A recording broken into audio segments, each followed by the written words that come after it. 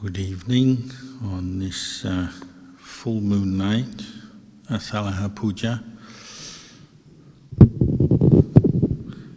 We just chanted the Dhamma Sutta, the teaching that sets in motion the wheel of Dhamma, where the Buddha explained the Four Noble Truths. It's the way out of suffering, the way to liberation. It's also Tuesday night, so we still have some questions coming, because every week people send in questions to be answered, so we'll endeavour to answer the questions as part of our program. Discussion of the Dhamma is something that can help in our practice. So the first question is, Luang Por, is it necessary to become a monk to realize Nibbana?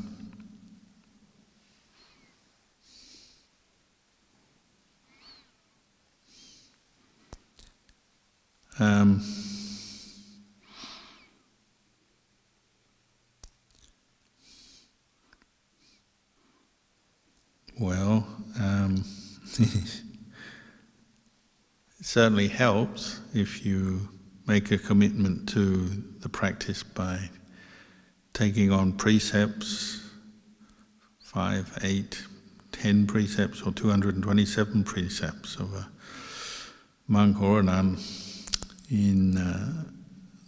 as a Buddhist monastic. It is not essential. Obviously anyone can practice the Dhamma. A lay person can practice, or a monastic person can practice.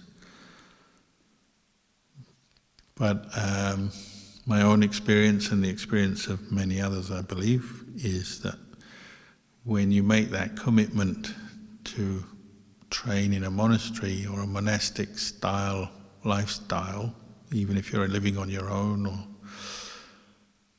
with a small number of people, it brings up certain qualities, the effort, the commitment, the discipline of the sila.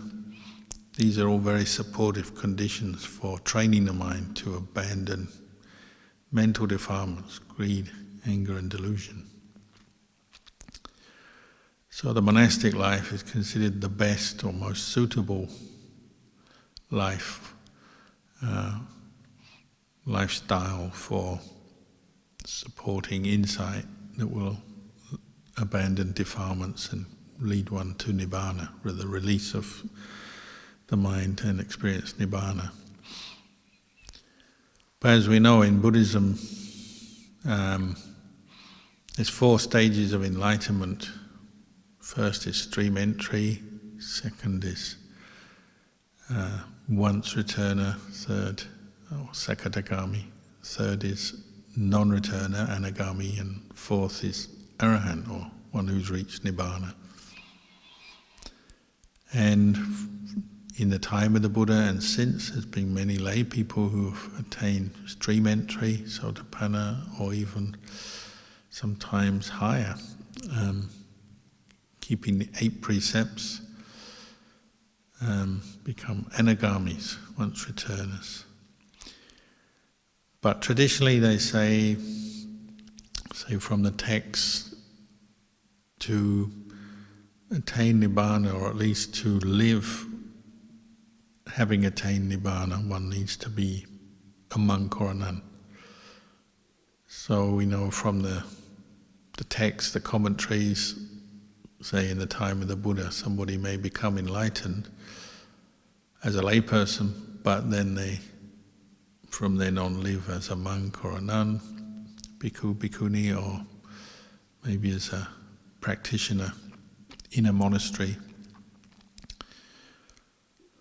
So in this modern age, there have been quite a few monks and even nuns who've been considered to reach Nibbana.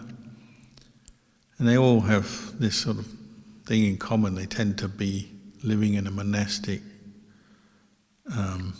setting, even if they live on their own in a sort of hermitage. They're living in a way where they've given up the pursuit of wealth, the more worldly goals that we do as human beings, material happiness, starting families, raising families, and so on.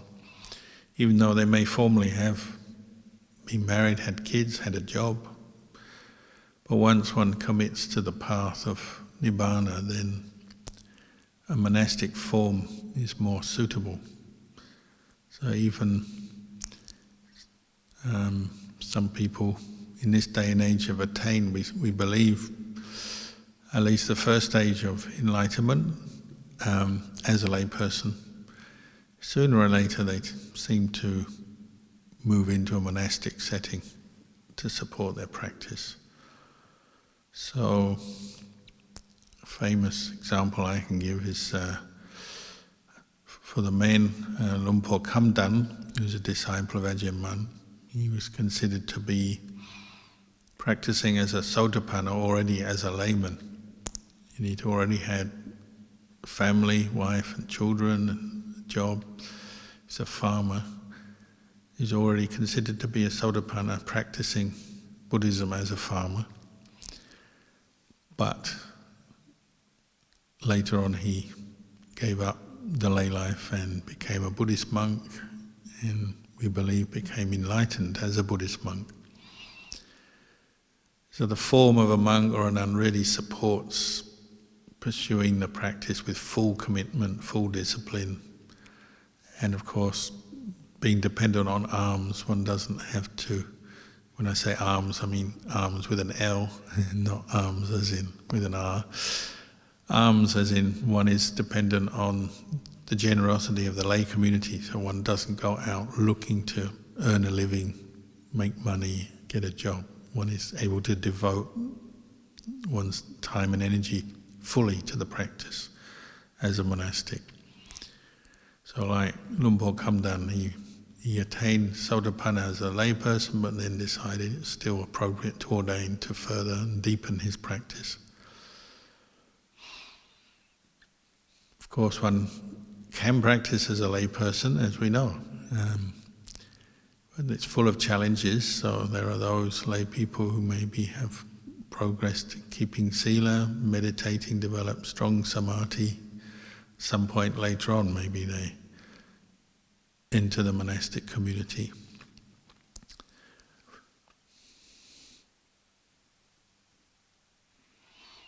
In Thailand also there was Mechi Gyal, was considered to be fully enlightened. She was a white-robed nun, but believed to be enlightened, but she lived in a monastery, in a monastic environment, and even though she was a white-robed nun, she wasn't a bhikkhuni, she didn't have all the rules of a bhikkhuni, but she lived very purely like a bhikkhuni and is believed to be enlightened. And there's a few other nuns who considered to be enlightened. Another one is Upasika Gi. She lived in Ratpuri. She was considered to be very well practiced. So on the outside she was keeping the 8 precepts, 8-precept nun. On the inside she was considered to have the mind of an enlightened being. But she lived very simply, in a very disciplined way, not pursuing any kind of worldly goal on a hill in Ratpuri province. And she ended up having many, many disciples living with her because she was such a wise, peaceful teacher. So it's just a natural kind of progression, I think, when you practice the Dhamma. The more committed you become, you'll be regularly meditating, keeping precepts. You might say you streamline your life, so you're shedding or letting go of more worldly pursuits, including even earning a living from earning making money with a job. You may end up finding that just too distracting or too time-consuming. You just want to commit yourself to the practicing the Dhamma if you're really intent on Nibbana. So at some point people tend to move away from the more normal things of family, work. Maybe they get a granny flat when they have somebody or other to support them. Maybe another model. But the best may be to come into some form of monastic setting where one gets the four requisites, the support, food, clothing, lodgings, medicines, and then can pursue the Eightfold Noble Path completely. That would be the best situation, I'd say.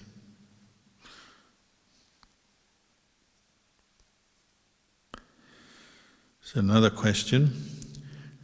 Dear Ajahn Kalyano, I began a daily meditation practice 2 years ago, and I've had more contentment in life than I have ever thought possible as a result. But I feel stuck now. I'm focusing on Buddho for about 30 minutes before I go to work, metta and walking meditation for about 30 minutes at lunchtime, and then watching the breath about 30 minutes before bed, after about 25 minutes of chanting.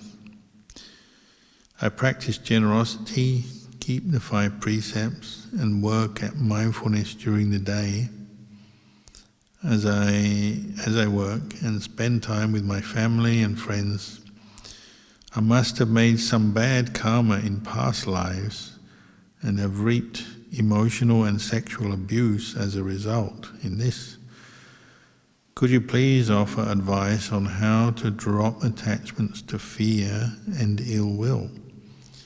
I think these hindrances are preventing more peace from arising. Thank you for sharing the Dhamma and for your kindness.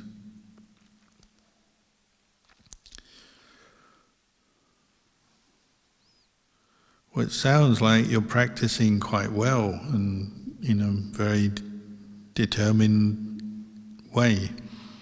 So a regular meditation practice, keeping 5 precepts, practicing generosity and kindness towards the people around you, chanting reflections and suttas. These all are very noble pursuits which will hopefully bring you a sense of well-being and remind you of the Dhamma, give you some insight and bring up and nourish various skillful qualities on a daily basis, which will help you to deal with fear and ill will. It sounds like maybe in the past you've had, like you say, some misfortune and been abused. Hopefully that's stopped now. If it hasn't, then you may have to make some adjustments in your life to get away from the abusers. Maybe a first thing. But if it's over and it's in the past, it's more now of dealing with the memory and the trauma that comes up, I imagine, from time to time, based on past experiences. And there may be things like being unable to trust people or be with certain people, just your own memories, fear coming up, like you say, unpleasant emotional states, both and physical and mental reactions coming up. So what you're doing sounds like you're doing the best thing to deal with that, cultivating goodwill, mindfulness, the precepts. These are all the right things to do, and just keep doing it, patiently pressing on with your practice. And literally when fear arises, our first aim is to try and establish mindfulness. And Buddho is a very good meditation object for dealing with fear, because Buddho is referring to the Buddha. You're thinking of the Buddha as you recite Buddho. So if it's just a feeling that arises, may not be any particular object, it's just this feeling arises within you of fear. Try to recite Buddho, establish the recitation of Buddho at that time until the feeling has subsided, passed away, because it's temporary, and you probably already know this, but when it arises it can be so powerful and overwhelming. So establish the recitation of Buddho as a way to deal with it and be with the feeling until it passes, and then reflect. And this is impermanent. It's just a feeling, which is nothing very concrete or real. It's unpleasant and it arises, but then it passes away. And what's temporary is not self. It's not really you.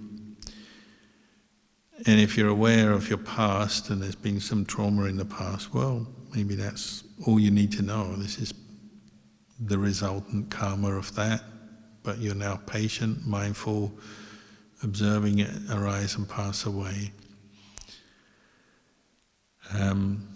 Maybe once fear has passed, then you bring up the quality of metta, goodwill, for yourself and then out to other beings as a sort of standard practice. After fear has passed, you bring up the goodwill, re-establish your own sense of well-being. And if fear is accompanied by memories of particular people who maybe have hurt you or whatever, and you have aversion for them and even hatred for them, well, if you're bringing up the goodwill, that will also lead on to compassion. So if someone has hurt you, they've made bad karma, which will come back on them. They are making the causes for their own suffering. And although they may have done very bad things, when you've established mindfulness and you think it through with a mind of goodwill, you can see really that person is worthy of compassion because they've acted unskillfully, maybe they still are, and they're creating suffering for themselves and for others, including you. They're actually making their life worse. They're making more bad karma for themselves. So you can actually feel sorry for them, feel compassion rather than hatred, and you're turning the hatred or letting the hatred subside and turning into compassion. Because that's what mindfulness will do. It helps you see the truth of that situation.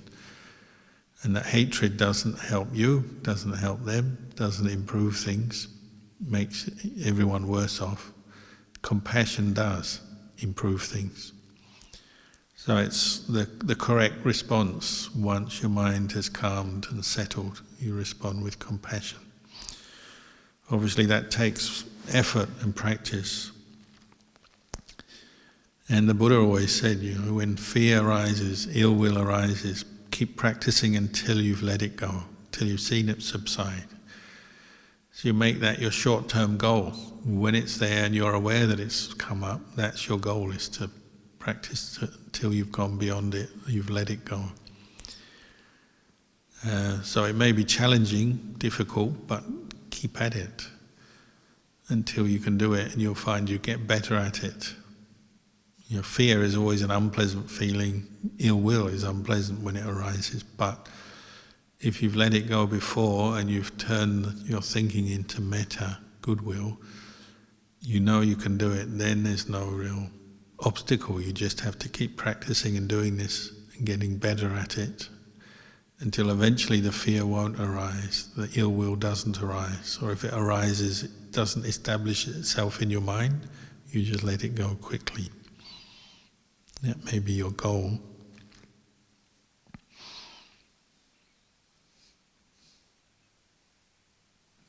Things that help sometimes, turning your mind to dwell on or think of positive qualities in yourself, positive qualities in others.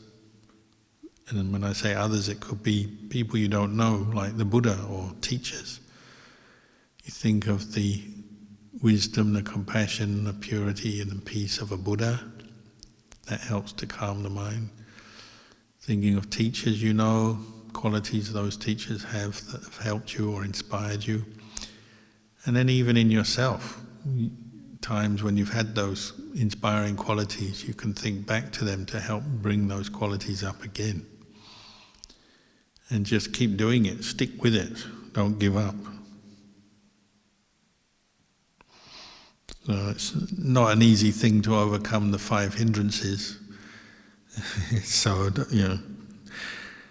just be very patient, keep working at it. We're all in the same position, one way or another.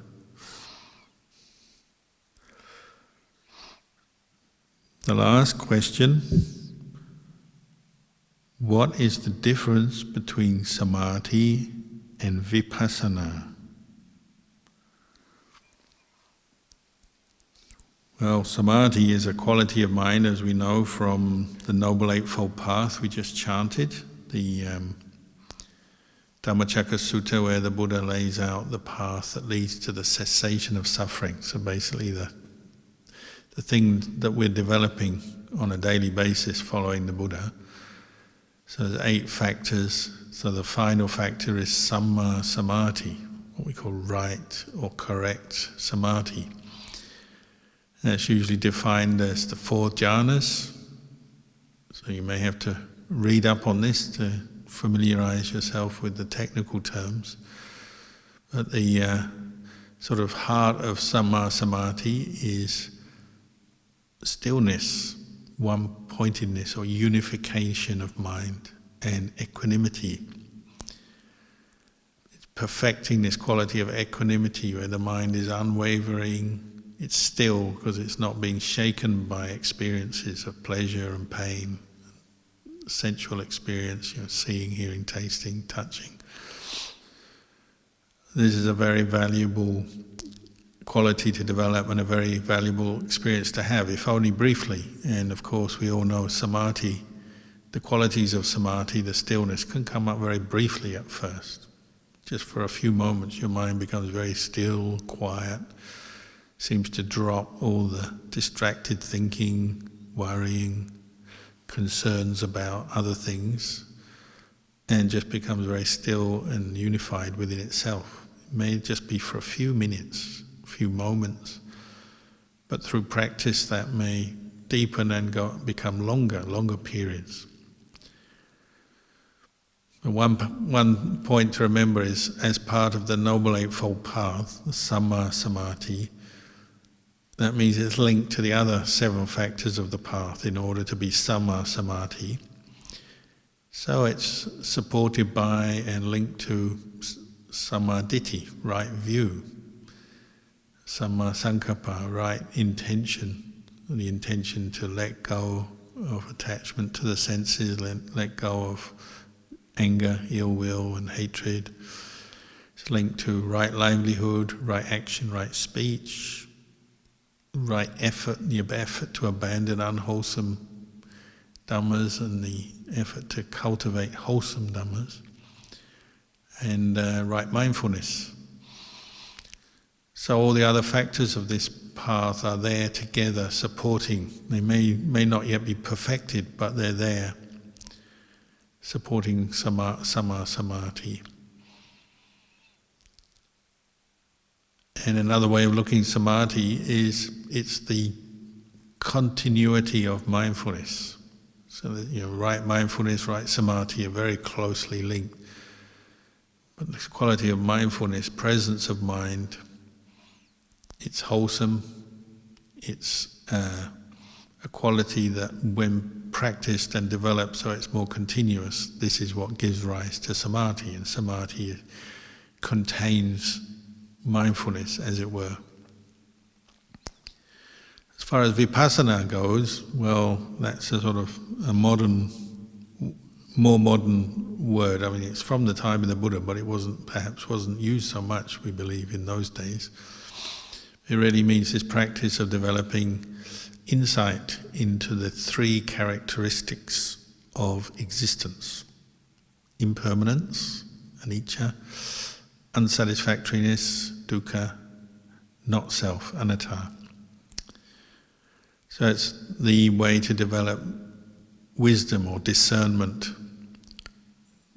to come to see the true nature of all phenomena, physical phenomena, mental phenomena. To practice vipassana effectively, we need mindfulness and we need samadhi. So, samadhi and vipassana ultimately are not really separate. They're part of the one mind that is developing this eight factors of the Noble Eightfold Path.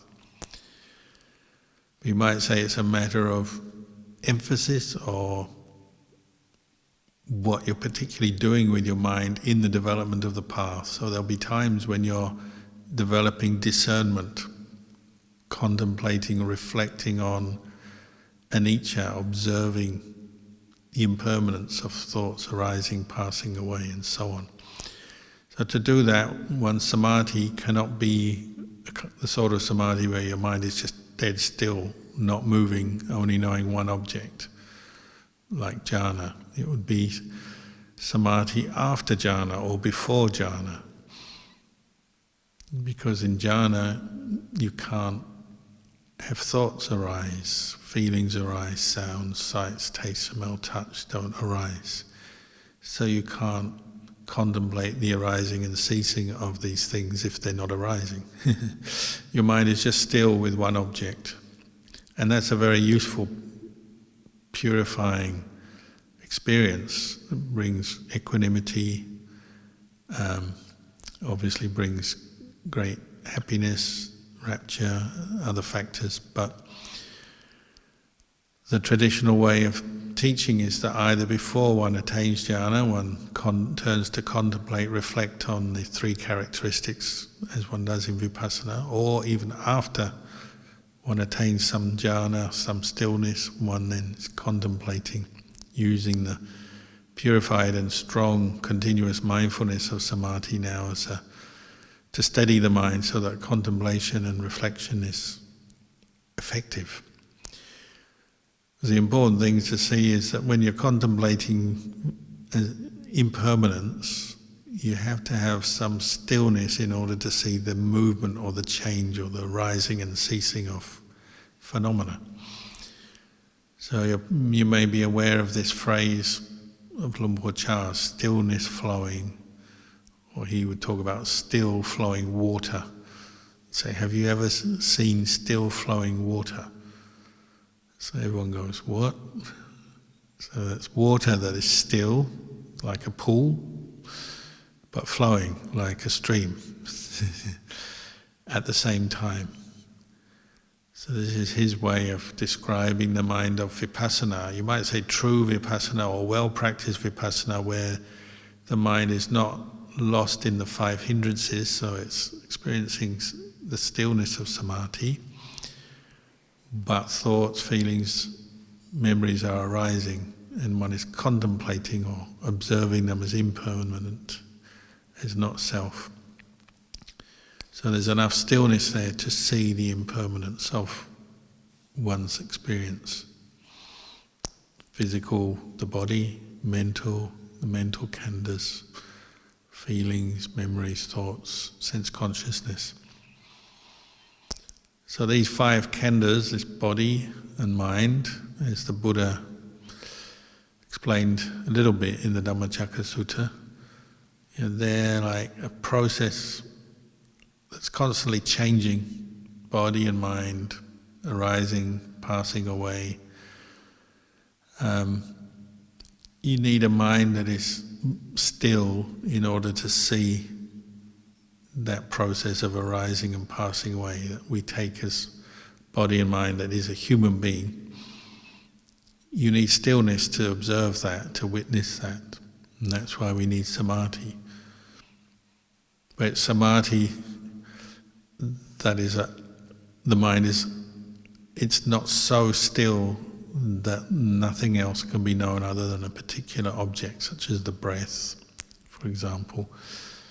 It's samadhi in a way that allows things to arise and cease so that you can contemplate them.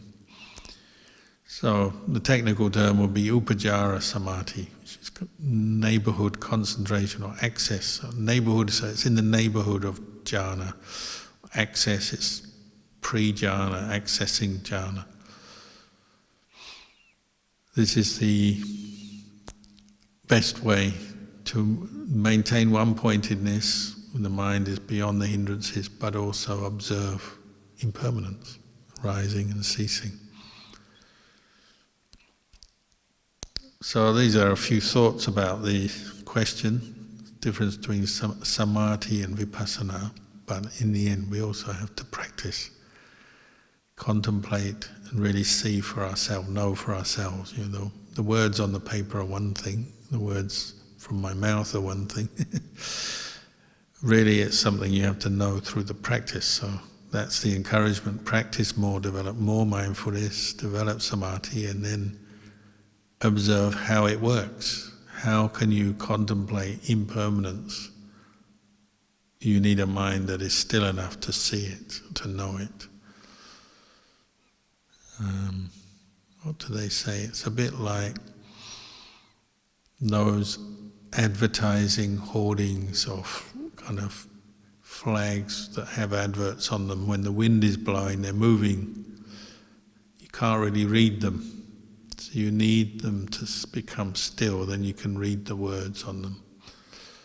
So you need the stillness of samadhi to really penetrate and see the true nature of things. Normally our mind is not still, it's always moving. And we don't have quite enough mindfulness to see something as impermanent as not self, to see the conditioned nature of something. You know, to see a thought rise, pass away without getting lost in it. To experience a feeling of pleasure or pain without getting lost in it. You need the stillness of mindfulness and samadhi to do that, to be able to see, oh, this is rising, passing away, and therefore it's not a self. There's a sense of separation, just knowing the object rather than getting lost in it. So samadhi provides the separation so that discernment, the ability of the mind to discern things, know things clearly, can take place. There's a separation there.